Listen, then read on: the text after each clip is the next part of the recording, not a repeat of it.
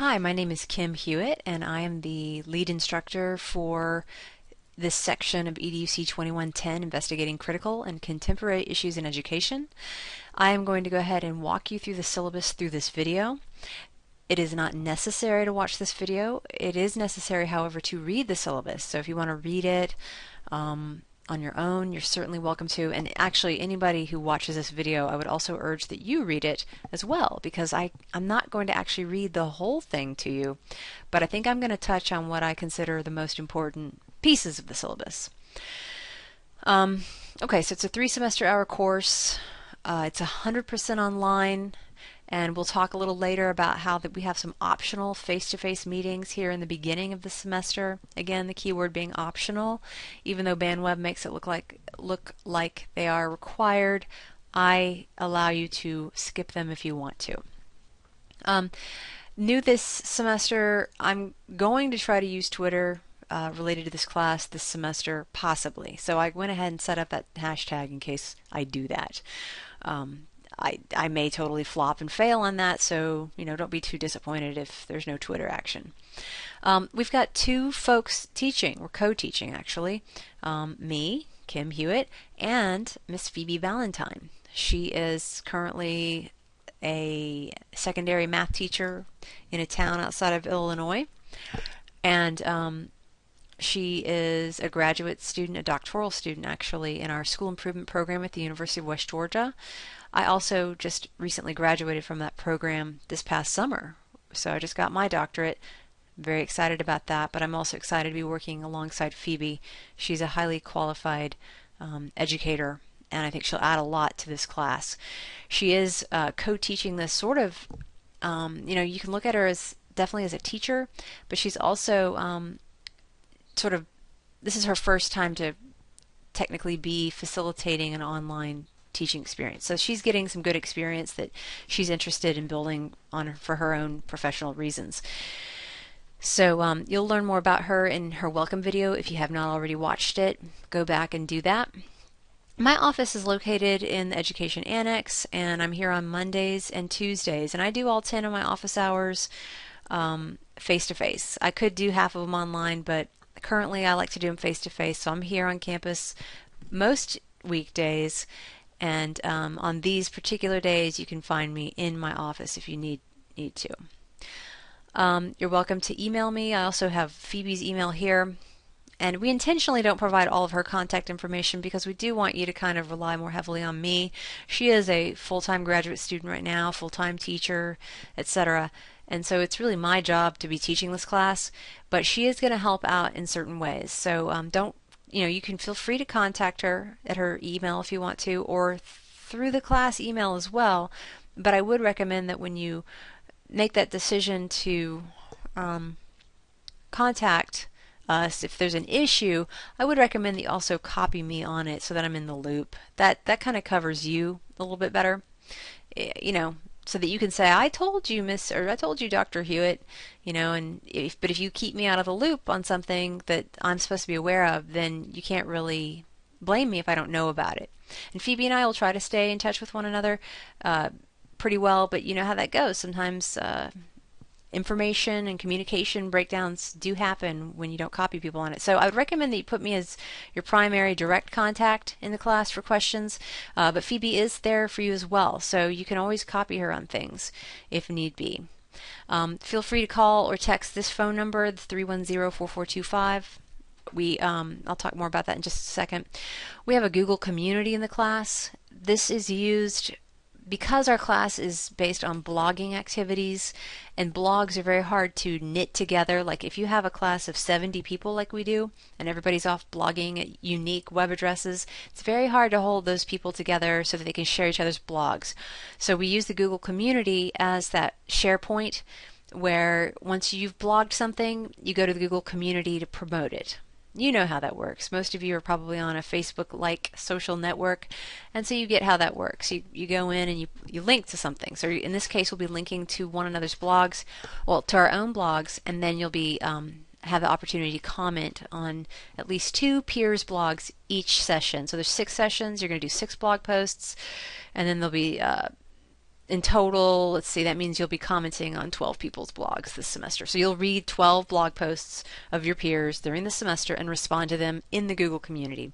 So that is something that you will want to join using your Google account, but there's more information about that actually in the learning module. So don't worry about understanding it too much here.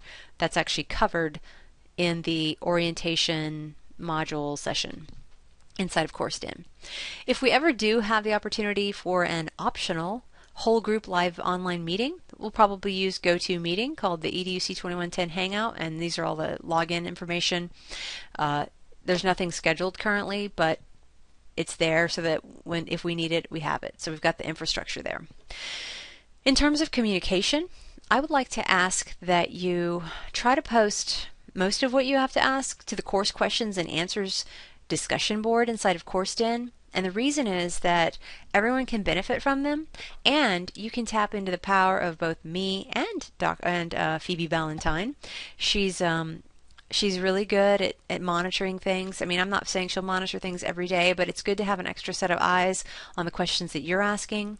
The other advantage of this course questions and answers board, which you will learn a little more about inside of CourseDin, is that you can answer one another's questions. So if Alice is asking a question and you know the answer to it, you can actually answer it. Even if you're not even 100% sure if you know the answer, just go ahead and give it a whirl. I think that that's okay. And that's also the power of that, is that you might have more people attending that than just relying on one single lonely Hewitt to respond to everything. So try to get it there. Also, when you use the course questions and answers board, in order to make your the thread that you start useful to other people, think, how should I title this thread? What descriptive title could I give it? Like if I'm asking a question about how to set up the blog, am I going to title my question help? Or am I going to be more descriptive and say, how to set up my blog? And then you could even become more specific if your question gets more specific. The more specific you can be in that descriptive title, the better. If your questions involve multiple things, just put a short keyword for each of those things. Just something so they know, okay, this question pertains to X topic. And that will help make that board more useful for everybody. I also recommend that you use CourseDin Mail. If you have a question that's unique or personal to you, send me a mail message in CourseDin. Now, CourseDin is better than UWG email, and I put here use UWG email as a backup or as redundancy. It's always better if you're in your course. I mean, it depends on the professor, I know, but in my class, it's better to email me inside of CourseDin. That way, you've got me in there. I can go quickly check on whatever it is you're asking about. Whereas if you send me an email, I could be at a swimming pool on my smartphone, and there's no way I can check on anything. And then I might open, what I usually try to do is if I open an email in that kind of situation, I try to mark it as unread so that I know I have it. But at the same time, the best place to email or ask questions is in CourseDin, in this course questions and answers board and in CourseDin email. So I'm asking that if you use my email, my UWG email, which is fine, do it as a backup to what's in CourseDin. Okay, also have done it in CourseDin. If you have an urgent question and you need to get a hold of me, you want to talk live, you're welcome to call me anytime. And this is my number. This rings my cell phone, and you can also text it. If it's less urgent and a CourseDin message will work, that's fine too. So I'm just want you to know that. Also, in terms of text messaging, I've decided this semester I need to own up to the fact that I'm a lousy texter. So I would say use this as a backup to the above methods. If you send me a text message, do not assume that I'm all over that texting, because I don't find it compelling for whatever reason. It doesn't interest me to sit around texting, and I don't check it frequently. I check it like once a week sometimes. Sometimes I'm on it, sometimes I'm good, but sometimes I'm not good. So that's why I'm trying to be clear with you that that is definitely a backup technology. You're still welcome to use it, but again, just make it part of the redundancy if you're getting your message out. Generally, I try to respond to you guys within 24 hours if you're posting a question. On weekends, I am attempting lately to do other things besides work, so I ask that you give me actually 2 days to get back to you. And again, if you have an urgent question, you can always try calling me any day of the week. 8 a.m. to 8 p.m. Okay, so even on weekends where you feel I might disappear into some black hole, you can still call me, you can text me, you could send me all 4 types of messages, and I bet you'll hear back from me in much less than 48 hours. So just be a squeaky wheel. All right, let me go ahead and scroll down. You need to read all this stuff about online support. This course is about engaging with critical and contemporary educational issues. And let's go take a look quickly at the course objectives. There's 6 course objectives, and we want to be looking at contemporary schools and society and the interplay of school and society, via various issues that influence them. So we've got a lot of big, far-reaching issues in the course this semester. We're going to look at some current issues and trends. So I see these as like big issues, number 1. So that's where we'll have things like poverty and education, and there's one session where we talk about approaches to curriculum, and it's sort of big, broad, sweeping sorts of issues. But then there's also smaller issues, and even this here, it says standards and changes in curriculum. These are sort of more small and specific, and they are, but I think they're also far-reaching in our society right now, especially with things like Common Core, which reaches across multiple states now. But you will have an opportunity to actually look at smaller level, smaller scale, more focused issues like bullying, for example. So you'll have that opportunity to choose at least one issue that you want to explore that you get to pick. You'll be looking at your ethical, legal, professional responsibilities as future teachers and or speech-language pathologists. You'll be reflecting on your beliefs about good teaching and schooling. You're going to define a philosophy of education for yourself. And finally, you are going to analyze the implications, benefits, and challenges concerning the use of technology in contemporary Georgia and U.S. classrooms. And I went ahead and picked a quote-unquote issue, which is the bring your own technology phenomenon that we see in Georgia schools in the Atlanta area a lot now. And a lot of you have probably been in BYOT classrooms or BYOD, or you have heard of people that have, or you have a little sibling or cousin or maybe an aunt that teaches in a school. So you're probably familiar with the phenomenon.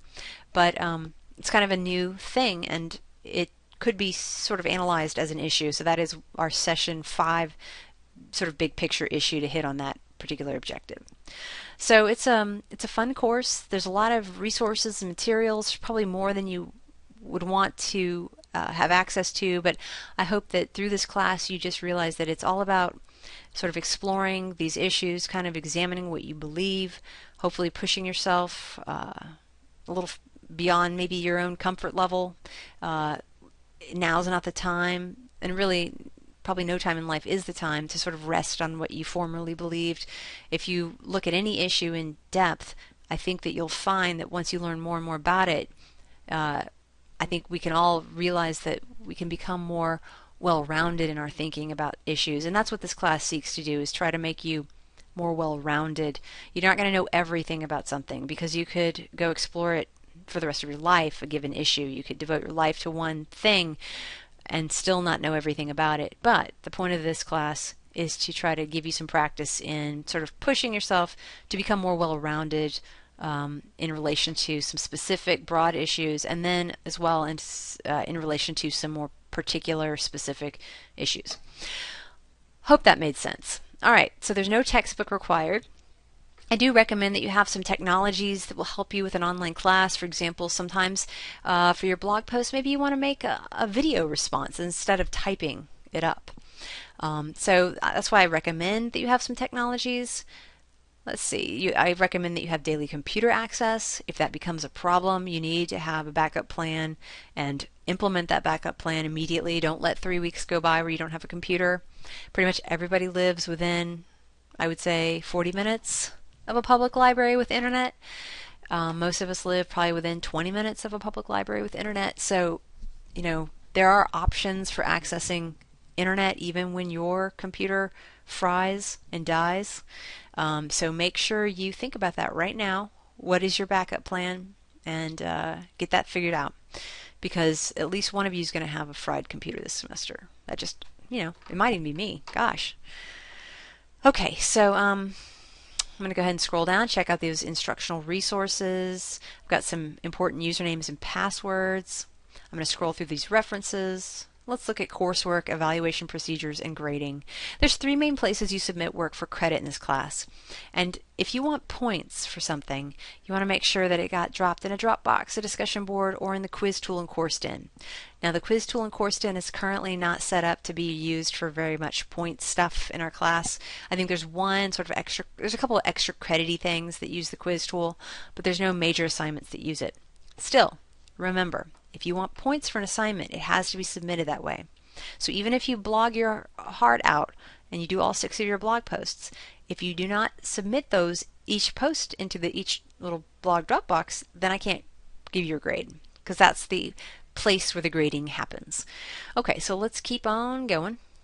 Let's see here. Quizzes, coursework, and evaluation. So like I've already alluded to, a big piece of the class is blogging and then sharing what you've blogged via the Google community. Blogging basically is a fancy way of, in this case, of saying that you're going to write responses to sort of open-ended prompts related to broad issues in education. You're going to be blogging over 6 sessions, and these sessions are 2 weeks long. So that means you'll have one prompt for a 2-week period. So for like blog post 1, that happens right now during session 1.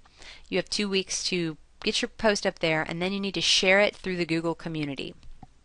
You'll have more information on that in the first modules. You're also going to, through that Google community, access your peers' posts and respond to at least 2 of them on the Google community. So you're not going to have to go to their blogs to respond. You can just respond right there inside of the Google community, and then that's done. All right, in terms of class projects, we've got 4 major projects. One is the ethics project, another is the philosophy of education, another is the hot topics in education, and finally the field experience project. This is a major requirement, and that's why you see this big, bold, nasty looking incomplete word. If you don't do your 10 hours of field experience in this class and turn in the project that goes with it, then you don't get credit for this class. This class is incomplete till you do that. This is like a major requirement, and currently inside of the course work, I actually provide 5 hours of online field experience, which means you have to secure 5 hours of your own field experience outside of what I'm providing.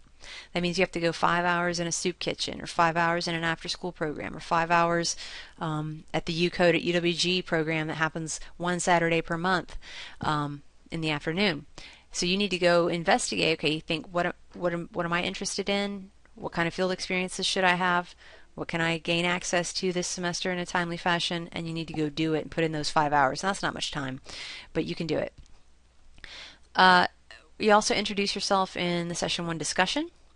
And there's something else new this semester. It's the reflective writing component. And basically, we're trying to get you ready for the kind of academic writing, and that sounds sort of snootier than it should. We're basically trying to get you ready to be able to do the kind of writing that will get you through your program, and then that you can carry on with you into your professions, whether it's speech language pathology or teaching, that sort of has you a little bit trained, a little bit warmed up to that idea of using the specialized language of your field. So this reflective writing component, if you read about all of this, you'll get way more details than what I'm giving you here in the spoken summary. But it's a new thing, and it's because we want you to be prepared. There's some pretty nasty, by nasty I mean challenging, important, challenging tests that come at the end, especially of teacher preparation programs now, and you need to be able to do this kind of writing. So consider EDUC a safe place for you to learn to do that. Okay, so you need to start practicing now. If you don't like writing, we're here to help you get warmed up, and we'll let you know if you need to work on it some more. Okay, and just consider it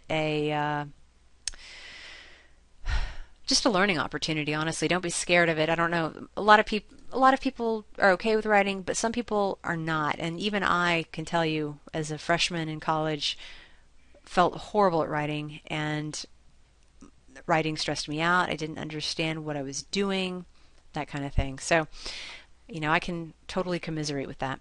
All right, so let's look at the kinds of assignments we've got, the points values, and submission information. Like I said, you have 6 blog posts. These are the topics where it says 2 hours FE, 1.5 hours FE, and 1.5 hours FE. That means that that's where the field experiences are embedded. But in order to get credit for those field experience hours, you actually have to view the things that I ask you to do, and then you have to assert that you have viewed them. And you also want to tie them into your blog post. Okay, when you write that blog post, you want to make sure you have made it clear that you have interacted with the material that was presented, especially the stuff that was tied to the field experience. Okay, and so there will be a quiz later in the semester where you also get to say, yes, I indeed did these hours, and that will be a way for you to collect those hours too, sort of officially. But oops, let's see. Let me go back here. So each of these is going to be submitted individually. There's 6 Dropboxes, so at the end of when this one's due, session 1 blog post, you turn it into a Dropbox. When session 2 blog post is due, you turn it into a Dropbox. This is in addition to posting it to the Google community. Okay, so there's a lot of, in an online class, there's lots of little to-do items that you have to do. And if you've never taken an online class before, at first it's a little overwhelming. It's like, oh my gosh, do I really have to submit that again? I just posted my blog onto the Google community and I did blah blah blah already. But you do, in order for you to get your grade, you're going to want to just do a quick Dropbox submission. And really, once you get the hang of it, you'll realize it's pretty easy. It's just the first 5 times you submit a Dropbox, you might, take it a little more slow. After you've done your blog post, so like at the end of your session 1 blog post, I want you to turn and go into that Google community after you've promoted your own blog post, and I want you to go in and respond to 2 peers.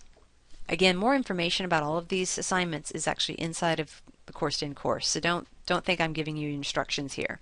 I'm just trying to give you a quick overview. Now these are different from the blog posts in that I don't want you to turn these in to me every time you do a session peer response.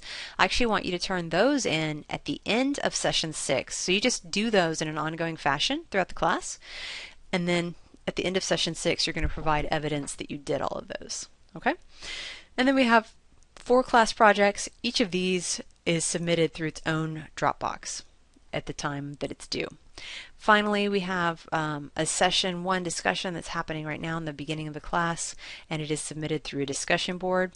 We have a total of 216 points available. These are the points ranges. If you want to see how I calculated those points ranges, I actually made a video on showing how that's done.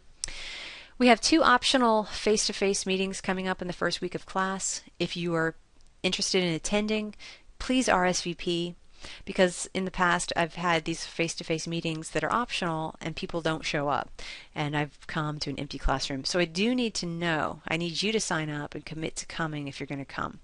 And do notice that the times, while they are totally aligned with and agreeable with the BandWeb times, they are not identical to it. For example, the Wednesday class is starting 10 minutes late, and the reason is because I'm going to be across campus on that morning doing something else till 12:20, and so I need a little time to get over there.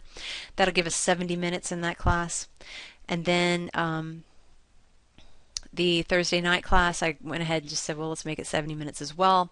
So I've slated it for 5:30 to 6:40, and you can just come into lab probably 2:04 is where I'll probably be. So again, they're optional. Do RSVP if you're going to come. I do recommend that you log in 4 or more days per week. If you're not logging in, you're not going to be successful probably, unless you're, I don't know. Sometimes people can log in and they can like download everything and then work offline, and that would work, I guess, but that requires more work than necessary possibly. But logging in is often tied to, it's correlated to your success. I have a number of late work policies. Try not to turn in discussions late. We don't have a lot of discussions, but like for those interactive things like the Google community, please don't wait until the very end of the semester to go respond to everybody's blogs from August, September, October. You need to be doing those in an ongoing fashion.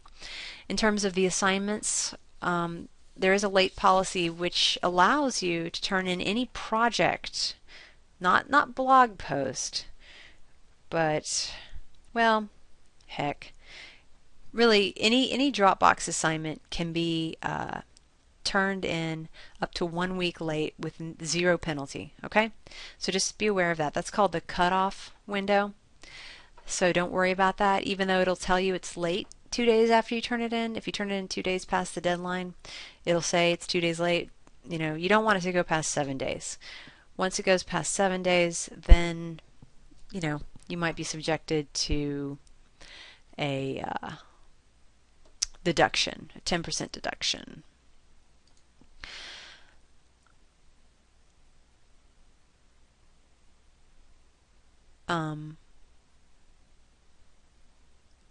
I see a problem in the syllabus. Okay, I fixed it. Any assignment submitted after the cutoff window may be subject to a 10% deduction. All right, so quizzes, we don't really have a lot, so I'm not going to talk about those. If you don't turn in any, I'm sorry, if you don't submit anything late, sorry, let me back up. There's something called the Oops drop box, and that's for any one assignment that you can submit past the cutoff with no deduction. If you don't use this Oops drop box, you can have +3 in extra credit. There's more information on late assignments and discussions. Please read it. Let's see here. I'm going to make a tweak very quickly to the syllabus while you're on pause. Okay, I came back up here to page 10 and just removed that 10% statement because even that was confusing me. And so don't worry about anything about 10%. But basically, if you're submitting assignments late, I do reserve the right to take 50% off of the value. If you're not using the Oops drop box for your one freebie, and it's late past a week, so you can remember you can have up to a week on an assignment and not have any worries. There's no deductions. You don't have to apologize via email. It's not a big deal. But you once it's past that 1 week grace period, then your one shot is to use the Oops drop box for one late thing with no problems. You can turn it in at any point in the semester till the end of the semester. But then beyond that, if you have multiple assignments, then they can be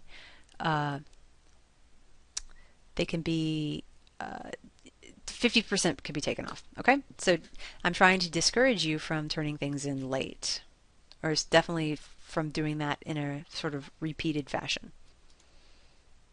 Okay, so just read the fine print. I just deleted another thing here, so your updated syllabus will say exactly what it needs to say.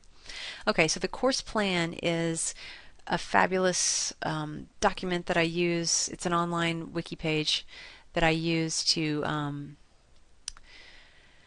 show us where we are in the semester, where are we going. It's the big picture plan. So you'll notice that it's organized by sessions, and they're kind of written on the left, and they're mostly 2 weeks long. A session's usually 2 weeks long. For example, session 1 is Monday, August 25th to Sunday, September 7th. But session 7 is the only one that's 1 week, which makes this semester in my class a 13-week semester. And it's actually a good thing that I'm doing that, and we'll talk about that in a minute. So the first 6 sessions of the class, remember session is a 2-week thing usually. Those first 6 sessions, you'll be doing 1 blog post per session, you'll respond to 2 peers per session, and then you might have an additional project or something to do during that session. Okay? And so I kind of hit you hard with some projects in the middle during session 2, 3, and 4 and 5. So you have, actually 2 is not correct. During 3, 4, and 5 you have a project. During 2, the hard thing that you do, and it's not really written here, but the hard thing you do is you learn about your field experience and you get that straightened out. You get that figured out so that you can go get that taken care of. So that's kind of what takes up your brain, a lot of extra brain power in session 2. So session 3 has a project, session 4 has a more difficult project, session 5 has a fairly difficult project but not too bad. And then all this time you're doing that 5 hours of field experience in the background at the sites you pick. Then session 6 kind of eases up. It's just a blog and your response, and sort of hopefully you're working on your field experience in the back of all of this. And then session 7 is 1 week, but this is where you do your field experience log and reflection. That's sort of your capstone of the class. It's your final thing. That's a place where you will practice your reflective writing. By making it 1 week, I get you to turn it in. If there's any problems, we still have another week, that first week of December, where I can work with you to make sure we resolve those problems. So even though it only says 1 week here, I am working quickly, fastly, furiously in the background during the second week that's invisible that follows this week to make sure that your stuff is in order. So there's a good reason for this design. You wouldn't want us to wait till like right before graduation to deal with this, because then you might end up with an incomplete, which is often not good for financial aid, for example. Okay, so this is the course plan. Check it out, and keep an eye on it. I'll let you know if there's any changes made to it. Let's go back to the syllabus. The online week goes from Monday to Sunday. So like in one session, for example, that consists of 2 weeks. Let's look back at this this right here. Like there's 2 online weeks in this session, right? This is session 1. It's a 2-week session. So the first week goes from Monday, August 25th to the following Sunday, and then the next then the second online week of this session goes from probably Monday, September 1st to Sunday, September 7th. So just keep that in mind. Things are usually due on Sundays at midnight unless otherwise specified. I'm looking here and I don't see any exceptions to that.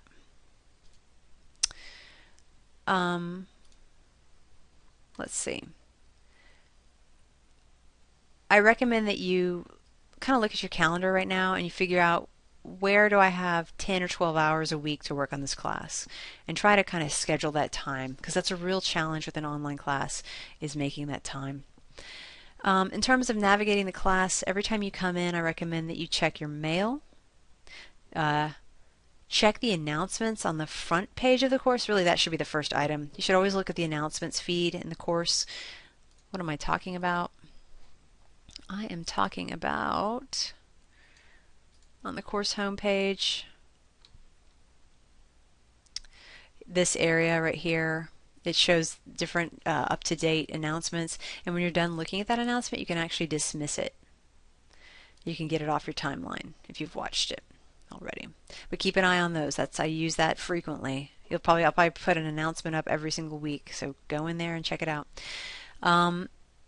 So check your mail, check the course plan. We don't really have a lot of discussions in this class, but you do have the Google community where people are posting their blog posts, so you can go in there and check things out. Be sure you use the checklists I provide in each module. Read my tips for meeting deadlines. There's some very light, minor extra credit in the class. Check out my policies. We've got policies on professional conduct. Email, if I email my UWG account, it should be able to receive a message, and you should be checking it. I would say at least once a week that you should be checking it. Make sure that you keep your inbox kind of not full so that people can send you messages.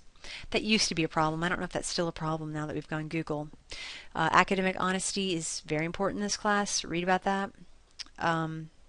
Read our discontinuation policy.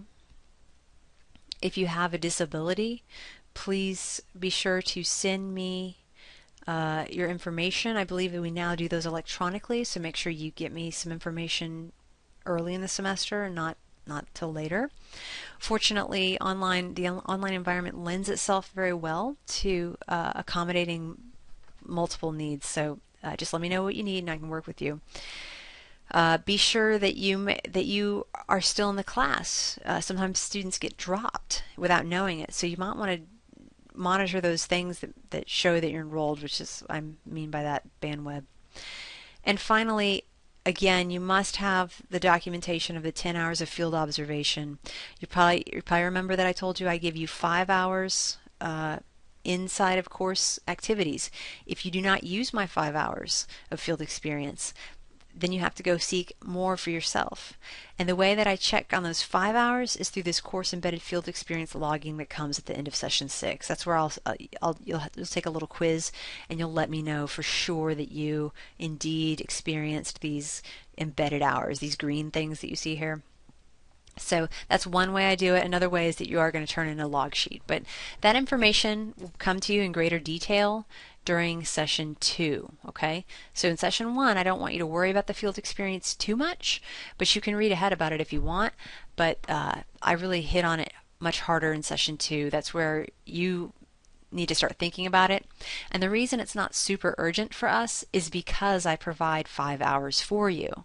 You know, if it were 10 hours, maybe we'd want to get you started like this week or get you thinking about it. But I think that there's other things that we also need to think about, so we wait till September 8th to really hit that hard. But during this session too, you do want to make sure that you are getting your field experience, your 5 hours of field experience straightened out. All right, so I have talked enough. I've talked thoroughly. You know, and I don't feel bad about it because you could have just read the syllabus, as you know, if you made it this far, which most people probably wouldn't. But if you did, you obviously wanted to have the syllabus explained to you through this method. What else to say? I think that's it. So I will stop this video and I will get it online for you. Thank you so much. Let me know if you have any questions.